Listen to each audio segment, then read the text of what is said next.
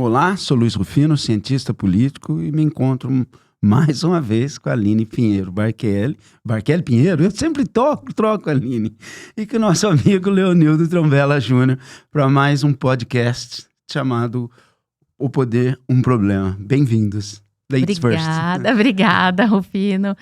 Nono, né? Nono encontro. É o nono encontro, quem diria, hein? Chegamos longe. Nossa, estou gostando bastante. Espero que os nossos telespectadores, ou nós somos podcasters, pelo que eu li. Eles são ouvintes, né? De podcast. Ouvintes. Aquela ideia que você disse que isso se tornou a nova rádio. A rádio. Eu achei fantástico, é isso mesmo. Eu ouço no carro, eu ouço lavando louça, eu ouço limpando a casa. Vai fazendo as coisas em movimento e ouvindo. É interessante que é esse questionamento da imagem e da fala, né? Dependendo do que for mais útil para você. Se tiver curiosidade ou quiser assistir como episódio, eu acho que tem o recurso da imagem. Ou como fala mesmo e prestando atenção como se fosse uma aula. Pela imagem só por tua causa, porque esses dois feios aqui não queriam ser. Obrigada, gente. Obrigada. Mas, Léo, a gente voltou à oralidade, né? Eu acho isso fantástico, né? Sim, uma coisa assim, o modo de ensinar sempre foi oral, né? Sempre. Os ensinamentos antigos, pois ao longo da era medieval, sempre se prezou pela oralidade, né? A parte mais escrita é uma coisa bem mais recente. A escrita era mais para manter uma memória do que foi dito. Né? Então, por exemplo, a gente gosta sempre de falar desse caso, o Santo Tomás, que é o maior sábio que já existiu, ele andava com 3 secretários, assim. Então, quando ele tinha insight, assim? Não necessariamente um insight, que ele produziu muito mais que o coisa de insight, né? Com mais de 50 volumes de obra. Os secretários iam anotando, que ele falava muito rápido, ele tinha um pensamento muito superior. Isso na fase que ele já era professor, né? Sim, então. E na própria era medieval, eles faziam por disputatio, né? Que eram as disputas de você teses. tinha os copistas e o disputácio, né? Que era a base. Mas ela falou insight, eu lembrei do Bernard Lonergan, né? Que trabalha com essa ideia no medieval a gente tinha outro nome. Insight é um nome muito moderno, né? Mas é intelecção. Intelecção. Mas tem um Jesus. Ele é jesuíta, o Bernard Lonergan? Outro livro que a gente está citando aqui. Eu acredito que sim. Acredito que era jesuíta. É um catatal de teoria do conhecimento, epistemologia, né? Eu tô lá na empreitada dele. Você perguntou qual era o feedback do pessoal. O feedback que eu tenho acompanhado, assim, são as referências e indicações de livros. Acho que a gente pode até... Um compromisso com você, já conversando aqui com o Maico da Tona, nós vamos catalogar esses livros. Quem sabe até fazer uma mini biblioteca aqui, né? Não é biblioteca, hoje eu tô... Uma lista de indicações. É uma lista de indicações que normalmente você... Para referência. Para referências, de fato. Outro feedback que eu tive foi do Kalel. Kalel, nosso ex-amigo do IHS, um instituto que a gente participava. O Kalel argumentou que ele não encontra o conto O Selvagem do Hermann Hesse. E, de fato, eu fui atrás e não encontrei. Recorri à inteligência artificial. Ela disse que estava dentro de um livro, O Lobo e Outros Contos, né? Mas eu não encontrei. Eu comprei, inclusive, o PDF. Não, eu tinha, né, em casa, não achei. Comprei o PDF, é R$4,50 na Amazon, né? E não encontrei. Aí eu procurei em alemão, né? Dizem que ele tinha sido traduzido pela Lia Luft e traduzido por Carlos Drummond de Andrade. Não sabia que Drummond traduzia do alemão. Tem que dar uma fuçada na estante virtual, ver que consegue achar lá. Então, normalmente eu sempre vou lá, assim, quando alguma coisa é difícil, vai no estante virtual, costuma ter. E como eu vi esse conto há muitos anos atrás, eu ouvi, não li, então pairou essa dúvida, e eu estou à busca desse conto. A IA, depois de tanto insistir, indicou que eu procure a Biblioteca de Berlim para ver se ele existe no original em alemão. Tá? Boa sorte. A dona IA. A dona IA. Esse é um papo bom, hein? Esse é um papo ótimo. O Daniel Laguna também se prontificou, passou uma data para a gente entrevistá-lo. Daniel de Brasília. Daniel também pertencia ao antigo IHS, na qual nós discutimos isso. Estudioso do fenômeno do fascismo e do nazismo, né? Entende muito esses dois fenômenos, né? Inclusive me mandou um trecho do Eric Voegelin, do Carl Gustav Jung, né? Do Jung, ele que gosta muito do Jung, né? Tem, inclusive, no YouTube uma palestra dele da conversão através do Jung, né? Que ele fala como que ele se converteu.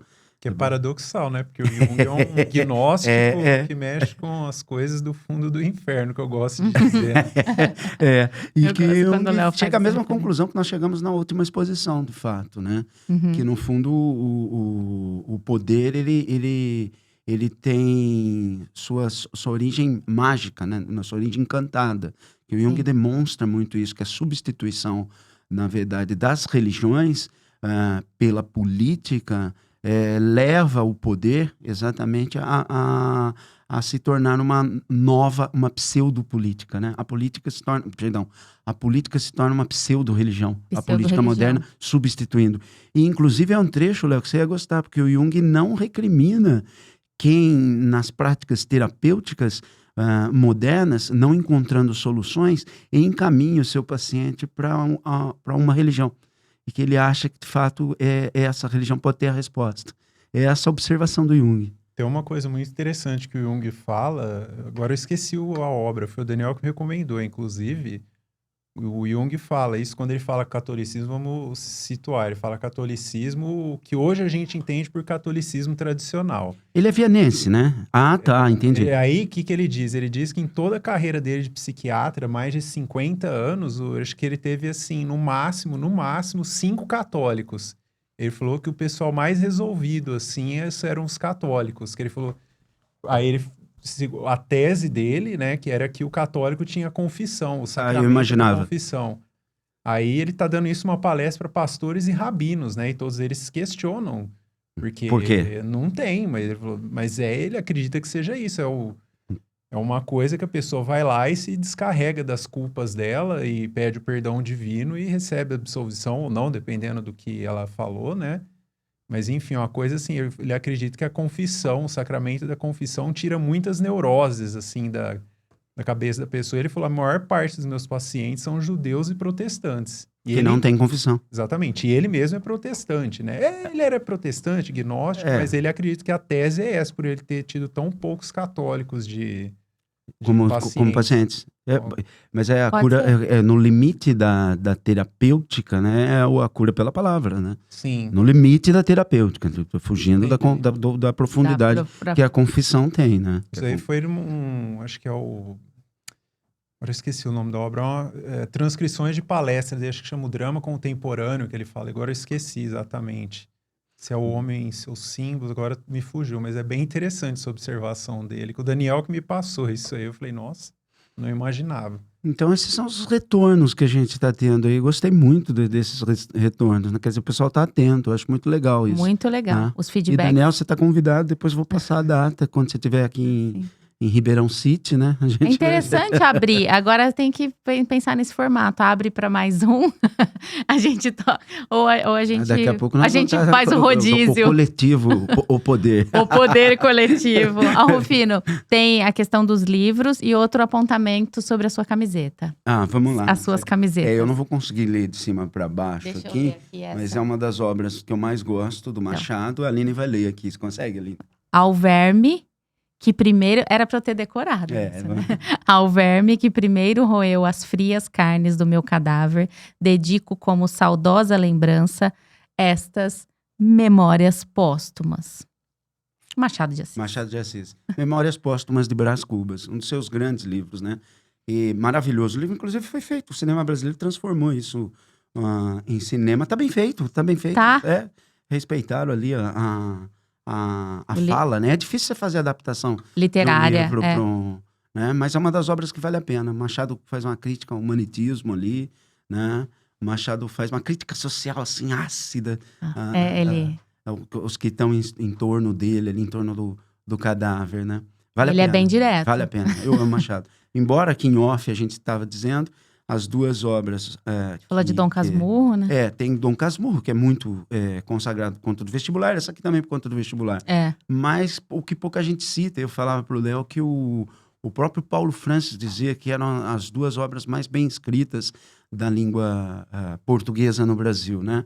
Que é Esaú e Jacó, que tratam de dois gêmeos que estão na transição do Império para a República. Um deles é republicano, o outro deles defende o Império. É maravilhoso, né? E a última obra do Machado, que é o Memorial de Aires, né? Que é o conselheiro dos dois no livro anterior. Vale a pena. Vale a pena.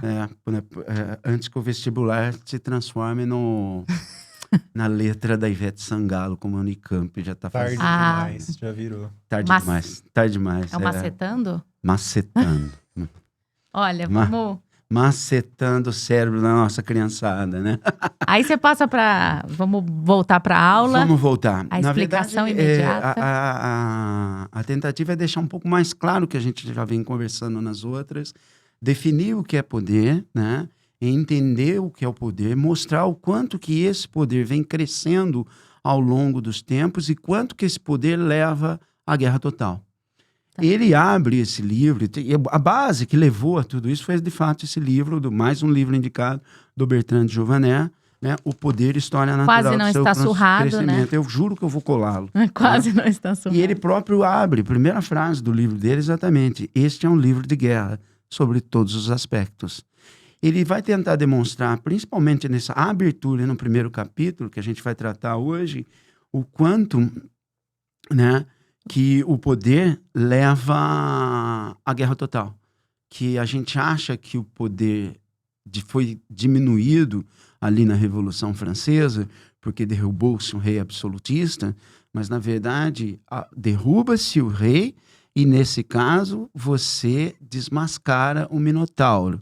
Essa comparação que eu vou fazer. A apresentação do Minotauro. Mas o Minotauro não morreu, ele só está desmascarado, entendeu? Uau! Ele usa o Minotauro como uma imagem, né?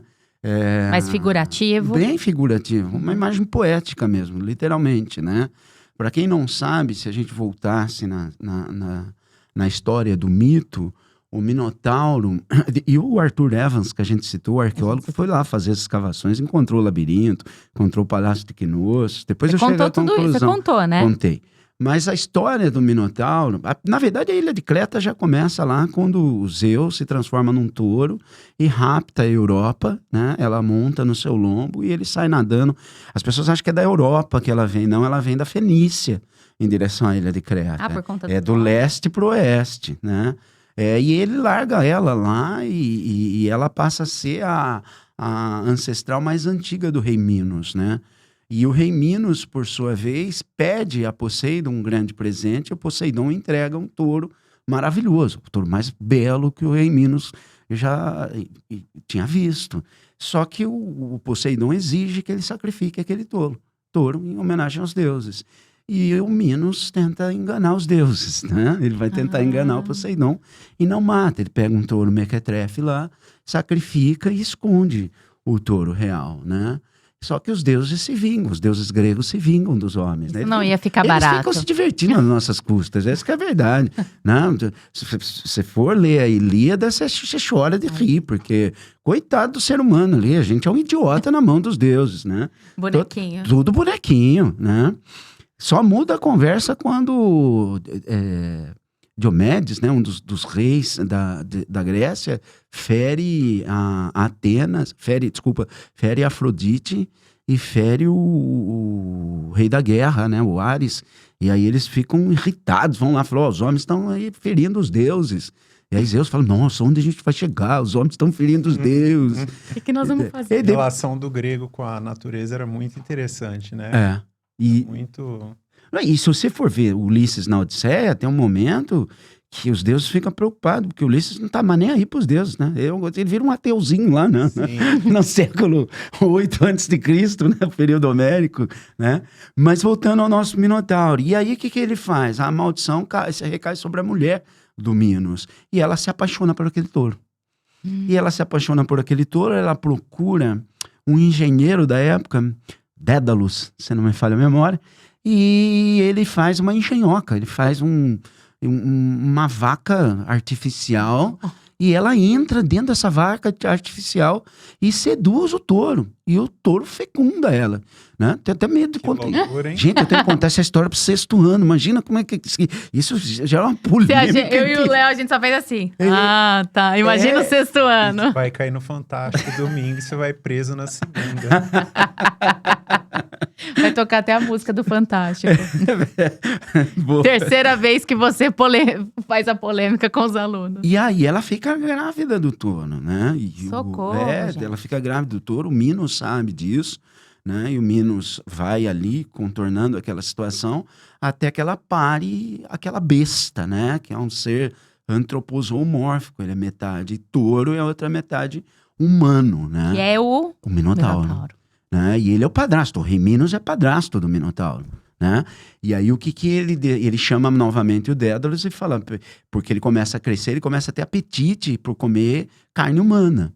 Lembra que o Bertrand está fazendo essa a imagem, olha, despedaçou o livro, a imagem do poder. Olha que coisa assustadora, a imagem que ele cria para criar um espelho do poder, né? E aí ele demonstra ali que o touro tem esse apetite e começa a comer as pessoas, e o Dédalus faz um labirinto para que ele ficasse preso. Mas o Minos não tem coragem de matá-lo. E o Minos, para se vingar, porque o Minos perdeu o filho mais velho dele. O filho mais velho dele tinha ido à Olímpia disputar os Jogos Olímpicos e ganhou. Ah, né? Essa contou essa. E aí uns atenienses lá com raiva dele mataram ele na rua. Né? Você acha que torcida, né? Mataram o cara na rua. E ele, como Creta, a civilização que é chamada por Arthur Evans de Minoica, por causa do rei Minos, era superior à Grécia, a Atenas, ele exige anualmente que sete meninas e sete jovens homens e 7 jovens meninas fossem levados para ser sacrificados no labirinto do Minotauro. Então, é essa a lenda do Minotauro. Depois a vitória sobre o Minotauro é outra história que a gente pode contar no final do podcast. Mas essa imagem que ele cria do poder, né? O poder é um ser antroposomórfico e quanto mais ele come, mais ele quer comer. Mais poder ele quer, mais ele cresce, mais monstruoso ele vai se tornando. E nesse sentido, ele vai tentar traçar um comparativo, vocês me interrompam, por favor, o que é esse poder, que é a primeira pergunta que ele faz. E nós chegamos na análise, no último encontro, que esse poder, ele é do homem, ele é da sociedade humana. O poder, a sociedade nasce com o homem, ele não nasce separado. Ele é, no seu limite, orgânico, literalmente orgânico. Tanto que a gente usava aquela frase do Aristóteles, quem não quer participar da sociedade, é um deus ou uma besta. Um deus ou uma besta.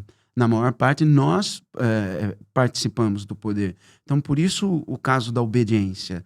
Nós obedecemos porque é da nossa natureza obedecer. Né? Alguns mandam porque é da natureza mandar. Aí você falou da hierarquia, né?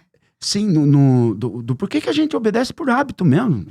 Assim, a ideia, assim, mandar e obedecer vem daquilo das virtudes, né? Você manda pela virtude da prudência. Isso eu vou falando na política antiga, né? Sim. Você manda pela virtude da prudência. Por isso que nas aulas, acho que na terceira, eu falei da segunda atividade do espírito, que é a inteligência sobre a vontade. A prudência, ou como diriam os gregos, phronesis, que é justamente assim, uma classe de governantes que usam da sua prudência para buscar o bem comum da sociedade. E aí, através da prudência que eles têm para exercitar aquele munus de governante, as pessoas aceitam porque eles sabem onde eles querem levar a sociedade, e eles falam, pessoal, para a gente chegar numa boa sociedade, a gente tem que fazer isso, isso e isso. Pode ser ou a família, ou o clube de pescadores, ou o clube de... ou a grandes ativitas, né? Ou a urbs, né? Eles sabem o fim que se quer chegar àquela cidade, que é o bem comum de todos. Então, todos acabam seguindo ele, e obedecer, o que é obedecer? Obedecer é você, em todos os casos da obediência. A obediência é você entregar a sua prudência para o governante, como se diz, completar a sua prudência. Então, como que o pai exerce o mando dele sobre o filho? A criança não sabe o que ela tem que fazer, então ela é governada pela sua prudência. A sua prudência coloca no seu filho ali, ó, você tem que fazer isso, isso e isso. Você não sabe o que você tem que fazer, então você vai fazer isso, isso e isso. Então ele tá usar a prudência do superior é a obediência em si. E o exemplo? Também. Sim, é o exemplo. Vamos Sim. dizer assim, quando você obedece a alguém, seja um superior em qualquer caso, você tá usando da prudência dele, porque você não sabe qual é o fim que você quer chegar. Ele sabe, você não. Sabe. Então ele completa você e você fala, tá bom, eu aceito. Isso Como guia, né? Sim, isso denota do chefe de qualquer sociedade, repito, desde a família até a da nação. Então denota que ele sabe o fim qual se quer chegar, ou seja, aquilo que se chama o poder magisterial, que é o magistério de professor, ou seja, ele sabe o que ele quer ensinar. Uhum. E o poder de seita, que é o que? Justamente seitas no sentido assim, de criar seguidores. Se ele sabe onde se quer chegar, ele atrai para si pessoas que querem obedecê-lo para chegar onde ele sabe que se chega. Então, e há necessidade de haver isso na sociedade, porque a sociedade toda a sociedade precisa de uma ordem. Sim. É justamente o que a gente falou na aula anterior do poder participar de Deus. É justamente na instauração da ordem que o poder participa do divino. Que é isso, que é algo que se perdeu justamente na Revolução Francesa, que aí você... Perfeito. Que aí eu quero chegar aqui agora. Por que se cresceu esse poder? Porque ele não é mais por esses motivos que eu falei, trazer o bem comum da sociedade. Ele se tornou um poder para satisfazer as paixões dos governantes. Então você precisa crescê-lo cada vez mais, porque as paixões são cada vez mais gulosas, vou usar um termo assim, igual ao do Minotauro. Uhum. As paixões querem ser cada vez mais satisfeitas, elas não têm fim, assim, ela não tem um fim definido. As paixões querem ser saciadas, só que não tem. Aristóteles fala, riqueza e saúde você pode desejar infinitamente na política, ele fala. Uhum. Saúde e riqueza não tem um limite, você fala, tô satisfeito. Não existe. Já deu, não. Então eles querem continuar. sempre mais riqueza, saúde, que eu digo, é os bens do corpo. Eles querem também, inclusive, os bens da alma, no sentido de querer mais sentir que eles estão mandando, então nunca vai saciar isso. Então, o que acontece? Você vai ter que transformar as pessoas em cada vez mais o gado que vai te... Mais bucha de canhão, né? Mais eu até para satisfazer as paixões deles. Carne que serve, né, ao Estado, Sim, né? Exatamente. A carne, tudo se tornou carne, tudo foi militarizado. Exatamente isso, Léo, é essa oposição entre uma teoria orgânica, que o velho Aristóteles tanto defendia. Verdadeira autoridade, legitimidade. E a legitimidade de um governante diz respeito se ele sabe qual é o fim da sociedade ou não. Quanto mais ele sabe, mais ele é legítimo. Isso é um bom meio de você colocar... De medir a legitimidade de um governante. Da oposição que nasce na Revolução Francesa, que é a visão contratualista, né? Sim. De um ser abstrato, construído pelo ser humano, e que não segue essa organicidade, né? essa origem do poder. Então você tem um recorte nisso, mas você tem um recorte muito perigoso. Por quê? Porque se a gente for... Como que a gente chegou? Eu vou partir do fim, tá? Como que a gente chegou à guerra total? E ele diz aqui, na verdade, que a guerra total é inaugurada pelo Hitler, né? Pelo nacional-socialismo. Por quê? Porque o Hitler tinha todos os meios morais e os meios, as alavancas, ele gosta muito desse termo, né? As alavancas da casa de máquina morais e as alavancas mecânicas mesmo, técnicas, aqui que você fala de pessoas, né? Dos reis em busca dos exércitos. Isso, porque se ensina, gente, equivocadamente, que os reis da Idade Média eram reis poderosos, cheios de exércitos. E isso é um equívoco sem tamanho. Vale duas leituras. Essa, o poder, história natural do seu crescimento, e o Dawson, né, o grande historiador. Christopher Dawson. Sim, para quem quer entender um pouquinho de Idade Média, aquilo vai abrir tua cabeça de tal forma que você vai ver que aquilo que é ensinado na maior parte dos colégios está completamente errado. Né? Tem um mais básico, pro pessoal mais jovem, da Regine Pernod, que chama A Idade Média Ensinada aos Meus Sobrinhos, que é um livro mais introdutório. Que interessante. É mais... Não conhecia. Pessoal mais jovem, assim. Que vai entrar na nossa estante. E vai entrar na nossa estante. Bem fininho, bem tranquilo. Mais um fininho para entrar na nossa estante, também do Dawson, fazendo Eu começo pelo fininho. Os deuses da Revolução, que ele fala sobre a Revolução Francesa. E essa substituição, na verdade, da religião pela política. Que as pessoas não conseguem... E que a gente está batendo nessa tecla faz tempo. Acho que desde a primeira, né? Desde a primeira. Eu acredito que o passo final dessa guerra total ainda dava um tempo deles voltarem atrás depois da Segunda Guerra. Mas, assim, principalmente nos Estados Unidos, pelo George Kennan, que em 1947, 1950, que ele era o responsável pela parte ali que era antes Departamento de Guerra, virou Departamento de Defesa, ele fez ali predominar a tese do Lenin, que é o que? Ele inverteu o Clausewitz e falou a política é a guerra por outros meios, né? O Clausewitz falava o contrário, né? A guerra é a política por outros meios. Então, o que aconteceu? Eles Conde von Clausewitz. Exatamente. A guerra, da guerra, que chama. Da guerra, né? Excelente. Livro bom também, pode entrar. É só livro. Só livro. Aí, o George Kennan, que era esse responsável pela estratégia americana em 1947, já prevendo a Carta de 49 da ONU, da Declaração Universal dos Direitos Humanos, que já era mais restritiva a guerras, né? Hoje o mundo, inclusive, a nossa carta fundacional da nossa civilização atual está lá na Declaração dos Direitos Humanos, Universal dos Direitos Humanos da ONU de 49. Ele inverteu isso aí e falou, a gente tem que usar o nosso braço armado para colocar a nossa influência cada vez mais, mas sem usar ele, só colocar sempre a dissuasão dele. Tanto as nossas forças nucleares, e aí entra o segundo que eu acredito foi mais influente ainda, porque você não usa bomba nuclear, que foi justamente a CIA. E virou aquela coisa, CIA e KGB lutando para quem conseguia colonizar o mundo, né? Então eu acredito que essa grande força aí de colonização do mundo foram as agências secretas, assim, que... As agências estenderam essa guerra total, a militarização total, né, Léo? Exatamente. Aí a extensão do poder, a extensão da guerra. Exatamente. Hoje, por exemplo, tanto na CIA quanto agora a KGB hoje chama FSB, né? Principalmente a CIA que prevaleceu, porque obviamente ela ganhou, né?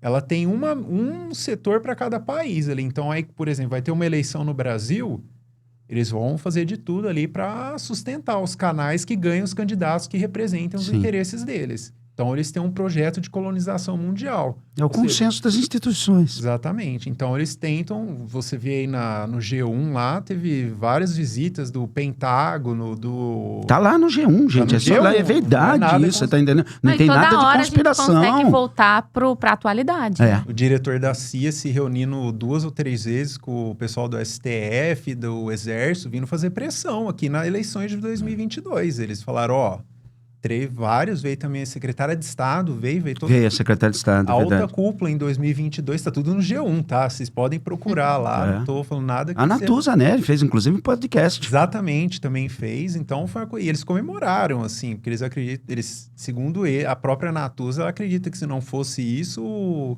Lula não teria ganhado. Ela que falou, não sou eu, tá? Então, você vê, o país aí, pelo poder total deles, eles colonizam o mundo inteiro. Então, é uma coisa assim, que começou em 47, né? Naquela guerra CIA-KGB. Eu tô falando isso pra gente entender. E isso aplicar à realidade de hoje. Isso. Que a gente chegou hoje num estado de altíssimo poder concentrado que... Quanto mais poder, mais guerra, né? Exatamente. Ainda que ela seja silenciosa, né? E é o que eles chamam, que o próprio George Kennan chamava political warfare, que é a...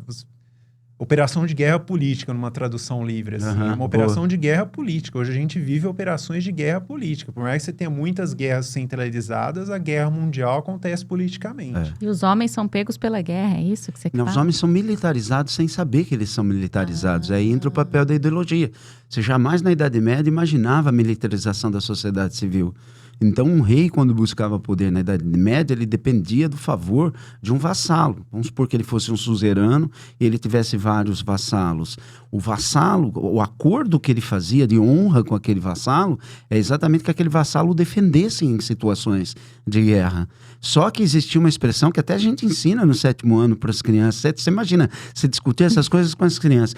E gente, esse 7º ano é fantástico porque eles têm um encantamento ainda. Então, eles entram nessas histórias, né? O vassalo do meu vassalo não é meu vassalo. Isso demonstra o quanto o rei na Idade Média não tem poder total, como é vendido erroneamente. E por quê? para o vassalo do meu vassalo. Ou seja, se eu tenho uma terra e dou para o meu vassalo essa terra, e dando essa terra para o meu vassalo, eu dou um título para ele, né? Duque, conde, né? E ele pode também doar parte dessa terra para outro vassalo que tem um compromisso de defendê-lo. Né? Mas não tem. Na guerra vai cada um com a sua bandeira, não é uma super bandeira. Não é uma super bandeira da nação, né? Então, você vê que ele não tem poder, era difícil para ele conseguir arregimentar um poder. Tá? Muito difícil. Isso vai acontecer somente dentro do absolutismo, que você vai começar a partir de uma burocracia. Isso precisa ficar claro, tá? Que é a partir de uma burocracia, a partir da cobrança de impostos, que você começa a criar exércitos nacionais. Né? Depois, exércitos pagos. E depois da Revolução Francesa começou o recrutamento obrigatório. Recrutamento obrigatório. Isso. Né, ali. Então, a gente só chegou a esse grau que nós estamos hoje. Ou seja, o poder ele não diminuiu, ele só aumentou. E foi preciso, na verdade, que surgisse ali no absolutismo um legislativo, porque o povo não gostava disso, né? Peraí, você está me levando para a guerra? Por que você está me levando para a tua guerra? O que eu tenho a ver com a tua guerra? E a sobrevivência? Foi a necessidade de um poder legislativo que começasse a obrigar, na verdade, a população civil a entrar obrigatoriamente nessa guerra e a pagar esses impostos. Você veja que quanto mais ilegítimos são esses governos, mais armados eles precisam ser, né? Por isso que eu falei aquele dia que está dentro da democracia, está o totalitarismo também, né? Você falou. Exato, e assim, os coitados lá dos ideólogos da Revolução Francesa, que achando que derrubando o rei absolutista, e derrubariam, se você for ver as publicações da época, é isso que eles diziam, olha, o terceiro estado vai derrubar, na verdade, o primeiro estado e o segundo estado, ou seja, o clero e a nobreza, porque eles são privilegiados, eles não pagam os impostos que nos sufocam, de maneira bem didática, tá? Que nos sufocam. Não, derrubaram o rei, mas não derrubaram os impostos. Hoje paga 50% do que você ganha do Estado. Do Estado. Você trabalha 5 meses por ano. Você que é contabilista sabe disso, né, Léo? Não é? Imagina, me diga aqui, para fazer uma comparação. Quanto você paga num carro de imposto? Nossa, hoje eu tava vendo isso. Um Kwid que custa 70, se fosse num mundo que não existe impostos, é 27 mil um Kwid zero sem imposto. É absurdo. Ele tá na concessionária. Vou começar 70. a chorar aqui. Não, dizem que da cachaça, que é 83% de imposto, né? Eu já vi. É só o que você dá pro santo, que não é imposto. O resto é tudo imposto. Isso é boa. Um manicômio tributário. É um manicômio tributário que levou exatamente ao estabelecimento e ao crescimento desse poder. Por quê? Porque esse Estado, definindo agora... Sobrevivência do poder absoluto? Não, ele vai caminhando para isso. Ah, sim. Tá? Napoleão não conseguiu, por exemplo, o que o Hitler conseguiu. Né? Napoleão até tentou. E Napoleão, com a criação do Código Civil, ele vai interferir na educação total. E a educação é para fazer funcionário público ou para fazer militares. Né? Olha só, ele retira do clero a educação, ele rebaixa o clero passa a ser pago exatamente pelo Estado, um funcionário do Estado. Esse é o Código Civil napoleônico, que é o nosso Código Civil. É o nosso Código Civil, literalmente. E o Napoleão, então, ele dá mais um passo para aumentar esse poder e para fazer com que esse poder possa, então, arregimentar as pessoas que antes não eram arregimentadas para a guerra. Então, você está vendo? Aí chegamos ao ideia estado de de que hoje. o poder na Idade Média, a igreja no poder da Idade Média, isso é um absurdo. Não tem como você controlar a vida. Tinha nem os meios bélicos para impor isso aí. Vamos dizer, se tivesse uma revolta ali, ou você juntava com outro de outro lado ali, de outra terra, o cara trazia os dele ali, junto os meus. Massacre. E guerra, pelo menos guerra, né? E temporal. Foi depois da Guerra dos 100 Anos que você começa, então, fazer essa regimentação e cobrar esses impostos para que você crie, na verdade, esse poder desse tamanho. E quem conseguiu entender e ter, quem estava no momento certo e entendeu isso foi o Hitler, quando ele pega, então, os meios técnicos e os meios morais e junta para a guerra total. Né? E ao juntar para a guerra total, o que ele fez? Ele causou mimeticamente nos outros o mesmo comportamento. Né? Que é exatamente o que eu falei agora há pouco, de a partir de 1947, a colonização do mundo. Mimeticamente, a Rússia vai copiá-lo, né? A União das Repúblicas Socialistas E aí Soviéticas. isso vai virar uma... Mimeticamente, o fascismo vai copiá-lo, vai se estender, né? E você começa, então, na verdade, as famosas políticas de massas que conseguem fazer, e aí entra o X da questão, que eu não sei se eu deixo para a próxima, para a gente estar caminhando quase para o fim, mas que é o crédito, né? Eu acho que eu vou deixar para a próxima. Agora eu vou falar um pouco mais do Minotauro. Por quê? Porque eles souberam fazer a propaganda. Entra a propaganda, literalmente. Essa né? parte é interessante. O que é? Porque você incute nas pessoas a crença naquela nação, naquele político, né? Ou seja, o poder é mais o que se propaga dele do que o de fato que ele é. Agora você entra no Minotauro Então, mascarado e todas todo as esse outras... caminho que a gente fez foi, o Minotauro vem crescendo, certo? Mas antes a gente identificava. Ficando gigante. Então a gente olhava para um rei e falava, o Minotauro lá, né? Certo? E falava, ó, estou insatisfeito, eu estou satisfeito, eu personificava. Quando cai o rei absolutista, ele se despersonifica. Por quê? É um ser abstrato o Estado. O que é o Estado? E você tem que obedecer. E você obedece por todos os meios. Em Israel, você é recrutado aos 15 ou 16 anos. Seja menino, seja menino. Não tem como você fugir do Estado hoje. E você não vai falar não. Não, você não tira seu CPF. Você é cancelado. Minha filha já tinha CPF com 2 dias de idade, entendeu? Aí, ó, você tá vendo? A certidão Quem recrutou? de nascimento já gera o CPF. Quem recruta? É o Estado, esse Estado, essa burocracia estatal. E é bom ressaltar naquela palestra que eu sempre recomendo lá, Pátria, Nação e Estado dos Termos aos Conceitos, que eu traduzi lá, que tá no YouTube. O Estado é uma criação artificial humana, não é uma coisa orgânica, natural, como a nação antiga, a pátria antiga, os reinos. Teve esse turn point, né, na Revolução Francesa, Exatamente. né? A gente sempre fala dela porque é ela que volta. Criou esse mundo. Ela não foi um cogumelo depois da chuva. Existe um livro que depois, na próxima aula, eu mostro para vocês, que mapeia os pensamentos lá revolucionários franceses, mas que veio também de várias outras correntes aqui, veio também do Jean Baudin, veio do Montesquieu, veio do Rousseau, Locke, foi muitas cabeças que foram difundindo ideias na Europa até chegar nisso aí também, né? É engraçado você ver autores que são considerados absolutistas, como Hobbes, já sugerindo o contrato, né? Exatamente. Ele é um contratualista. Ele é um contratualista, né? Já sugerindo o contrato. Ele está fazendo a transição. Que você doa a sua liberdade para esse ser abstrato. Assinando. Que você nunca assinou, né? Porque você nunca chegaram batendo na minha porta. Ele falava, o Deus mortal, o Mortal God, tinha que governar em nome do Deus imortal. Então ele falava, o Deus imortal, que é o Deus verdadeiro, não faz nada aqui. Então a gente vai juntar aqui a junção de todas as pessoas, que cada uma cede um pouco, que aí vira justamente o Mortal God, vai governar a todos com força máxima. E vai acabar a guerra de todos contra todos, né? Que, na verdade, ela reforçou, né? Ela reforçou. Teve o efeito contrário. Teve efeito contrário, porque você nunca viu tanta gente em campo, em armas, né? Até as batalhas... Até o início do absolutismo, você via as batalhas campais, né? Mesmo em Napoleão, você via também, de certa forma, ainda batalhas campais. Depois a guerra deixou de ser campal. A guerra passou a incorporar mulheres, crianças, cidades, entrar na cidade. Não era mais tão isolado. As mulheres levadas para as fábricas para poder fabricar armamento, a cidade sendo bombardeada, até você chegar ao cume na Primeira e na Segunda Guerra Mundial, que são o exemplo da guerra total.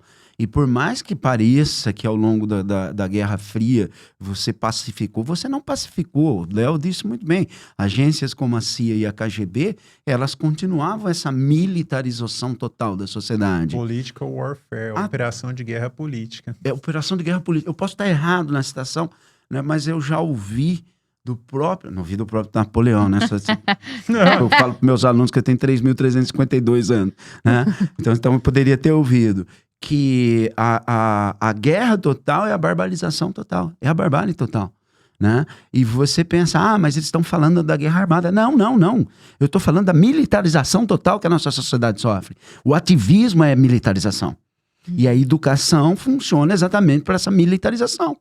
Então eu não estou formando pensadores na escola. De forma alguma. Eu não, Deus me livre, né? Que eu ia perguntar agora. Mas a escola como ela é hoje, ela é uma militarização total. Forma soldados do Estado. Soldados do Estado, ainda que esse Estado seja a ONU.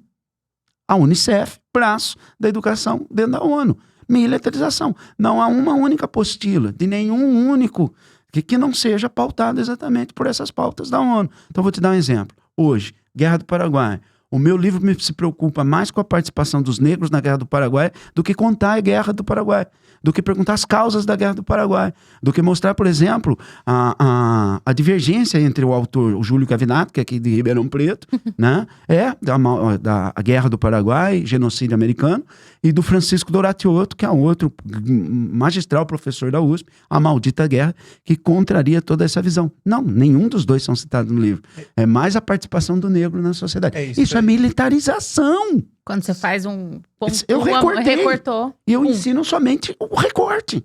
Entende? Então, assim... Não é destacar, é recortar mesmo, não, né? Quando você vê Greta como o exemplo de ativismo, você está pegando um adolescente que tem autismo e colocando-a como ativista. Entende? Isso é militarização. Bertrand, o Jean-François Maté, mais uma vez... Fosso, jacaré e ponte movediça para tirar a escola disso. A escola não, ela se tornou o alvo da militarização da sociedade. Tem uma questão aí, esse livro também recomendo, Maquiavel Pedagogo, Pascal Bernardin. Fausto Galinda adora esse livro. Muito. Ele fala assim, já passamos da fase da doutrinação, não existe mais isso. Agora é a fase do condicionamento físico, assim, você já entrou igual você faz com um cachorro, assim, que você está adestrando, assim. Isso ele mostra documentos da ONU falando como que tem que ser. E você vê, no Brasil, que é um país sem solidez na sociedade, isso aí entra fácil. Ele chega ali um belo dia, parece um deputado do nada, com um lindo, entre aspas, projeto de lei, pronto para fazer tudo aquilo que lá passa. Às vezes na surdina de uma quinta-feira à noite, ninguém fala nada. E no outro dia as escolas estão obrigadas a implantar esse tipo de condicionamento. Eu trabalhei numa editora, foi quando começou a sair esses tipos de leis assim... Começou a mudar os materiais. Então você vê, aí eu fui atrás de ler esse livro, você começa a ver de onde que vem essas coisas, assim. São de think tanks, que eles falam. Think tanks.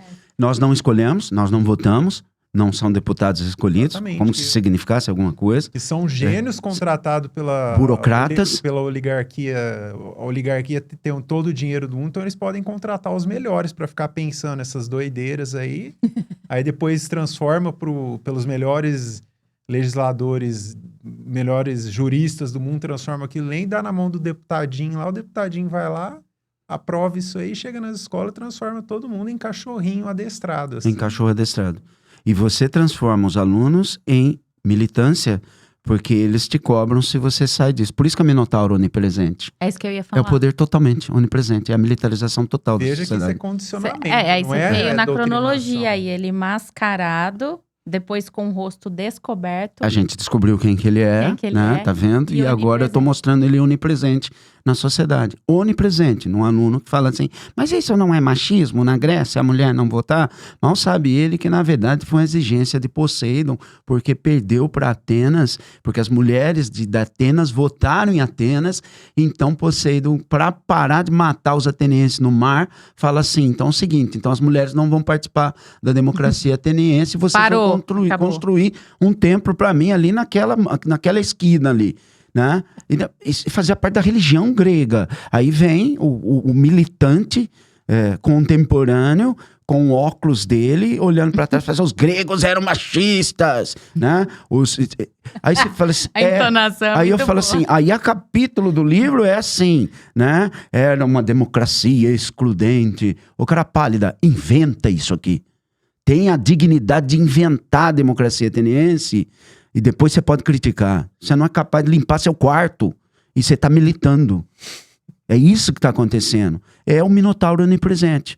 E a chance da gente ser cancelado porque está dizendo isso é enorme. Porque a militância só enxerga a guerra. Eu não sei como a gente chegou na nona. E assim, nem dá para dizer que é inventada. Porque ela é orgânica mesmo. Ela aparece naturalmente, né? Se você pensar bem, os modos de governo ou dos melhores, ou de muitos, ou de um só, é uma coisa que você pensa de acordo com cada povo, né, naturalmente.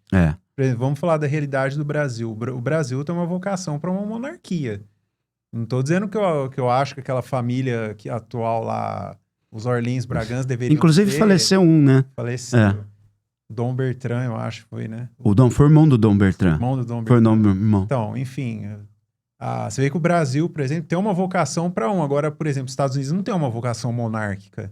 O Brasil tem. O Brasil tem, é verdade. Os Estados Unidos cada não país tem sua vocação. republicano, então, surge né? da própria organicidade de cada republicano sociedade. até esteticamente. Você vai para Washington, é o neoclassicismo, né, na cidade. Eu ia até ficar mais, atualizar ainda mais. Eu ia falar o resultado da eleição americana. Achei que vocês fossem entrar no... Nossa, daria um podcast inteiro. Daria um inteiro, né? Na hora que ele daria explicou um podcast que você faz a inteiro, referência. Inteiro. Eu acho que a gente pode começar o próximo falando isso. O que vocês acham? Pode ser. Acho que ficaria legal. Pode ser. A gente já tá no limite, né? Tá no limite? Ah, E você vai... pena. Ficou claro, onipresente? Eu acho que ficou claro. A ideia era mostrar esse caminho. Como que o poder cresceu, como que ele perdeu a sua máscara e como ele se tornou onipresente. Chegando até a sala de aula das crianças. Chegando até a sala de aula das crianças. Isso é militarização total. É um minotauro onipresente. É isso aí. que eu queria que vocês entendessem. Até daqui a pouco, Alguma então? palavra? Até a próxima. Até daqui a pouco. Abraço, gente.